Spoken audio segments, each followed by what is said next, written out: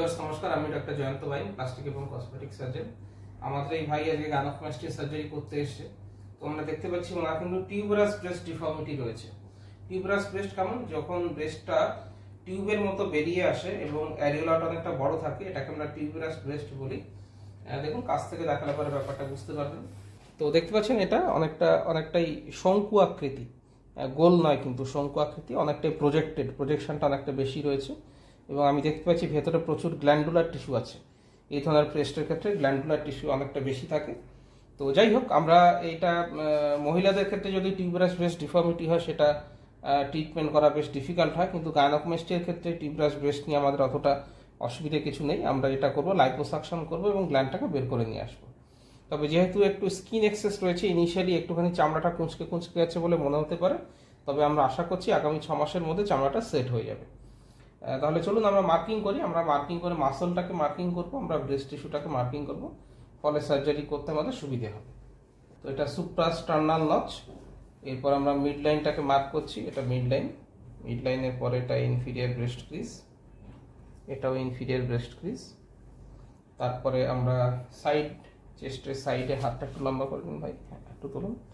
এটা হচ্ছে মাসলের lateral border, এটা ব্রেস্টের ল্যাটারাল বর্ডার, তেমনি উল্টো দিকেও এটা মাসলের ল্যাটারাল বর্ডার, এটা ব্রেস্টের ল্যাটারাল বর্ডার। কোমরে হাত দিন ভাই, কোমরে হাত দিয়ে একটু চাপ দেবেন, প্রেশার দিলে পরে মাসলটা ট্যাপড হয়ে যাচ্ছে এবং ব্রেস্ট টিস্যুটা আলাদা করে বোঝা যায়। আবার হাত লম্বা করে দিন। এটা হচ্ছে মাসলের upper border, this is muscle. মাসলটাকে আমরা স্কোয়ার মার্কিং করব, চৌকো করে আমরা মার্কিং করব মাসলটাকে। আর ব্রেস্ট টিস্যু যেটা থাকবে সেটাকে আমরা গোল মার্কিং করব। সো এটা মাসল, এইটা হচ্ছে ব্রেস্ট টিস্যু।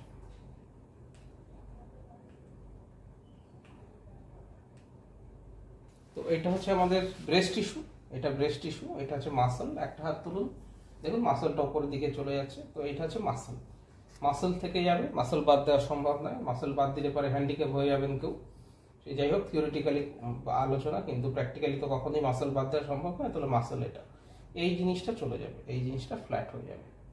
একটু করে যান, তাহলে এই যে ব্রেস্ট টিস্যু দেখতে পাচ্ছেন, এই ব্রেস্ট টিস্যুটা চলে যাবে, মাসলটা থাকবে, এই জিনিসটা চলে যাচ্ছে, এইটা থাকবে। তো আপনারা দেখলেন কিভাবে আমি মার্কিং করি। এটা special type of breast deformity বলা হয় একে, টিউবারাস ব্রেস্ট।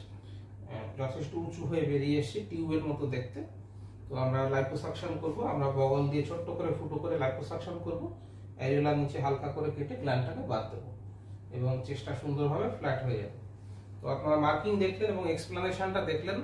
এবারে সার্জারি কিভাবে করা হয় সেটার ভিডিও আমার আলাদা করে ইউটিউবে দেওয়া রয়েছে, কিভাবে আমরা টিমিসেন্ট ফ্লুইড দিচ্ছি, কিভাবে লাইপোসাকশন করছি, কিভাবে গ্ল্যান্ড বের করছি, কিভাবে ভেতরে ব্লিডিং হচ্ছে কিনা সেটা চেক করা হয়, ব্লিডিং গুলো কিভাবে বন্ধ করা হয়, বা সার্জারির পরে কখন ড্রেন বের করছি, সেলাই কেমন দেখায়। এখন আমি সেলফ অ্যাবজর্বিং স্টিচ লাগাই, যেটা চামড়ার ভেতর দিয়ে থাকে, বাইরে দিয়ে দেখাও যায় না।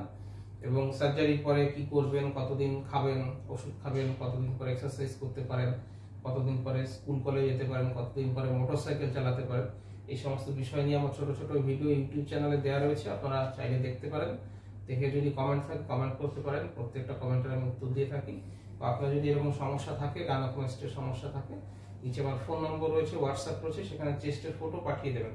আমি ফটো দেখে আপনার কোন গ্রেডের গাইনোকোমাস্টিয়া কি করতে হবে, কত খরচ হবে, সমস্ত ডিটেলস বলে দেবো। ভিডিওটা ভালো লাগলে লাইক করবেন, শেয়ার করবেন, চ্যানেলটা সাবস্ক্রাইব করবেন। ভিডিওটা দেখার জন্য ধন্যবাদ।